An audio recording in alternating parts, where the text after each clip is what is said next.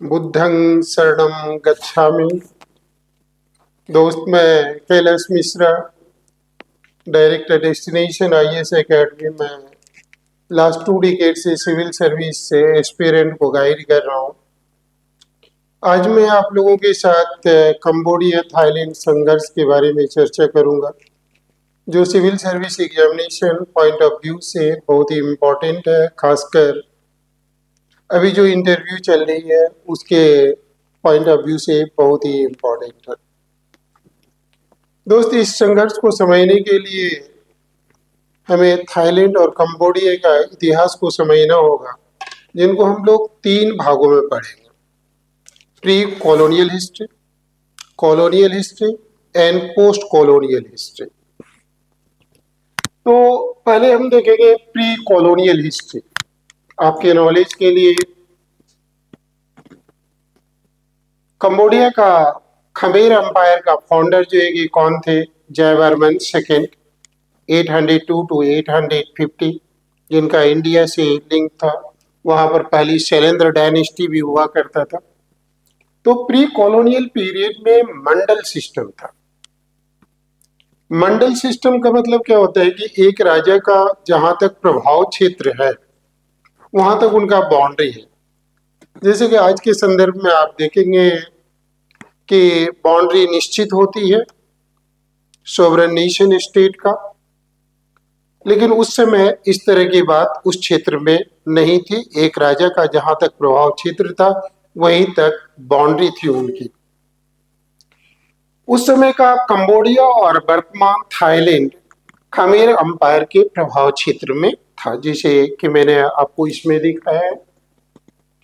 ये तो आपको प्री कॉलोनियल हिस्ट्री हो गई। अब कॉलोनियल हिस्ट्री में देखेंगे कि कंबोडिया 1863 से 1953 के बीच में फ्रेंच इंडो चाइना का पार्ट रहा, अर्थात फ्रांसीसी कॉलोनी थी। द्वितीय विश्व युद्ध के दौरान 1941 से 1945 तक यह जापानी कंट्रोल में रहा और जापान के पराजय के पश्चात भी यह फ्रेंच कॉलोनी बन गया। उनके बाद देखेंगे कि 1904 और 1907 के बीच में सियाम, जिनको हम लोग मॉडर्न थाईलैंड कहते हैं, उनका बाउंड्री क्रिएट किया गया जो कंबोडिया के फेवर में था। और किंग नोरोदम सिंहानुक ने वहां पर फ्रीडम स्ट्रगल स्टार्ट किया, जिसके फलस्वरूप 1953 में कंबोडिया को स्वतंत्रता प्राप्त हुई। पोस्ट कॉलोनियल पीरियड में आप देखेंगे कि आप जानते हैं कि जहां जहां उपनिवेशीय शासन व्यवस्था रहा है वह हमेशा जो है कि कुछ एंगल ऐसे छोड़ देता है जो कि डिस्प्यूट का कारण होता है।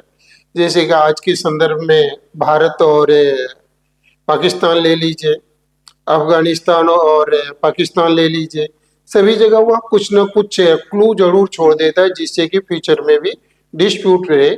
उसी तरह का डिस्प्यूट का मैटर फ्रांस जब कंबोडिया से गया तो वहां पर भी छोड़ दिया। आप देखेंगे क्या कि 1962 में इसमें जो कि मेन जो डिस्प्यूटेड रीजन है, क्योंकि दोनों का बाउंड्री जो है कि डिमार्केटेड नहीं था, पर्टिकुलरली प्री बिहार एरिया में। तो 1962 में इंटरनेशनल कोर्ट ऑफ जस्टिस ने कंबोडिया के पक्ष में जजमेंट दिया। फिर 2013 में भी इंटरनेशनल कोर्ट ऑफ जस्टिस ने थाईलैंड को यह बताया कि आप अपना ट्रूप वहां से प्री बिहार टेम्पल और उनके सराउंडिंग से आप बाहर करें। उनके बाद आप देखेंगे इस प्री बिहार टेम्पल को लेकर के 2008, 2011 और मई और दिसंबर 2025 में झड़प हो चुकी है। इसमें सबसे ज्यादा खतरनाक झड़प जो है कि मई 2025 में हुआ, फिर दिसंबर 2025 में हुआ। मई 2025 में जो हुआ था, अमेरिका के मध्यस्थता में इस डिस्प्यूट को रोक लिया गया। फिर जो है कि दिसंबर 2025 में डिस्प्यूट स्टार्ट होगी, जो अभी भी चल रहा है।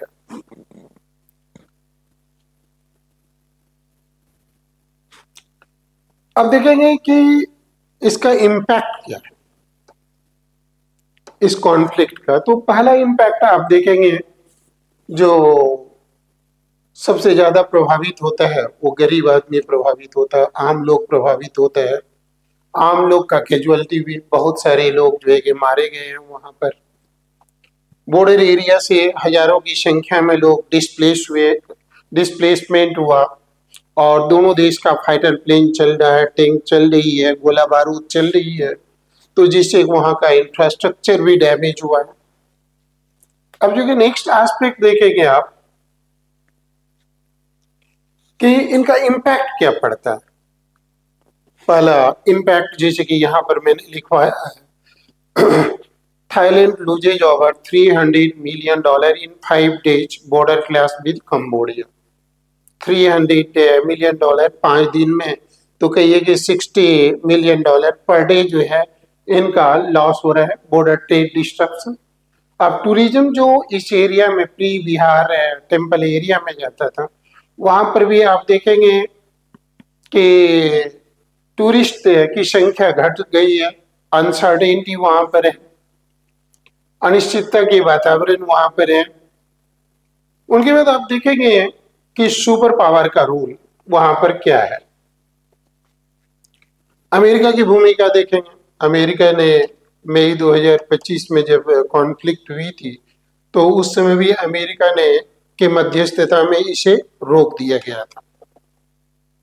चाइना परंपरागत दृष्टिकोण से कंबोडिया का समर्थक है, उसका स्ट्रेटेजिक पार्टनर है, तो इनडायरेक्टली चाइना कंबोडिया का समर्थन कर रहा है। लेकिन उनके बावजूद भी चाइना यह चाहता है कि आसियान देश स्वयं में इस समस्या का समाधान करे तो बेहतर रहेगा। उनके बाद इंडिया हमेशा से चाहता है कि आसियान अपनी समस्या का समाधान शांतिपूर्वक करे, क्योंकि अगर इस समस्या का समाधान नहीं होता है तो भारत की look east policy, act east policy भी प्रभावित होगी। क्योंकि बिम्स्टेक में आप देखेंगे आसियान के 2 कंट्री हैं, बिम्स्टेक में थाईलैंड और म्यांमार, 2 आसियान के कंट्री हैं। इससे हमारा भी व्यापार वाणिज्य इस क्षेत्र में प्रभावित होगा। तो हम चाहते हैं कि वहां की समस्या का समाधान शांतिपूर्वक ढंग से हो। नेक्स्ट देखेंगे कि इससे आसियान पर क्या प्रभाव पड़ेगा। दोस्त, आप जानते हैं कि विश्व का सबसे असफल संगठन में सार्क को माना जाता है, और सबसे सफल संगठन में आसियान और यूरोपियन यूनियन को माना जाता है। आसियान ने शीत युद्ध काल में बहुत ही गरीब कंट्री हुआ करता था, आज एशियन टाइगर बोला जाता है। जब से आसियान की स्थापना हुई, आप देखें कि 1967 में आसियान अस्तित्व में आया। उस समय आसियान में 5 कंट्री था, वर्तमान में 11 कंट्री हो गया। लेटेस्ट जो है कि ईस्ट तिमोर इसमें जो है कि सम्मिलित हुआ है 2025 में, तो 11 कंट्री हो गए हैं। और इसकी इकोनॉमी $3 ट्रिलियन है, और जनसंख्या 65 करोड़ के आसपास है। तो ये स्वयं में एक बहुत बड़ा बाजार है, एक बहुत बड़ा इकोनॉमी है। और भारत का आसियान देशों के साथ $100 बिलियन से ज्यादा का ट्रेड होता था। आपके नॉलेज के लिए 1991 में $0.2 बिलियन का इंडिया का ट्रेड होता था। और लुक ईस्ट पॉलिसी के पश्चात, फ्री ट्रेड एग्रीमेंट समझौता करने के पश्चात आज देखेंगे आसियान के साथ हमारा $100 बिलियन से ज्यादा का ट्रेड होता है। तो हम चाहते हैं कि आसियान में शांति और स्थिरता बनी हुई रहे। और आसियान के चार्टर में ये लिखा गया है कि एक देश दूसरे देश के आंतरिक मामला में हस्तक्षेप नहीं करेगा, सभी समस्याओं का शांतिपूर्वक समाधान करेगा, कोई एक दूसरे के आंतरिक मामला में हस्तक्षेप नहीं करेगा, और कोई भी निर्णय लिया जाएगा तो सर्वसम्मति से लिया जाएगा। लेकिन अगर कंबोडिया और थाईलैंड के बीच में संघर्ष रहती है, तो ऐसे केस में सर्वसम्मति से निर्णय लेना बहुत ही कठिन हो जाएगा। इसलिए आसियान के भविष्य के लिए, वैश्विक अर्थव्यवस्था के लिए यह आवश्यक है कि आसियान अपनी समस्याओं का समाधान शांतिपूर्वक ढंग से कर ले। Thank you. नमस्कार।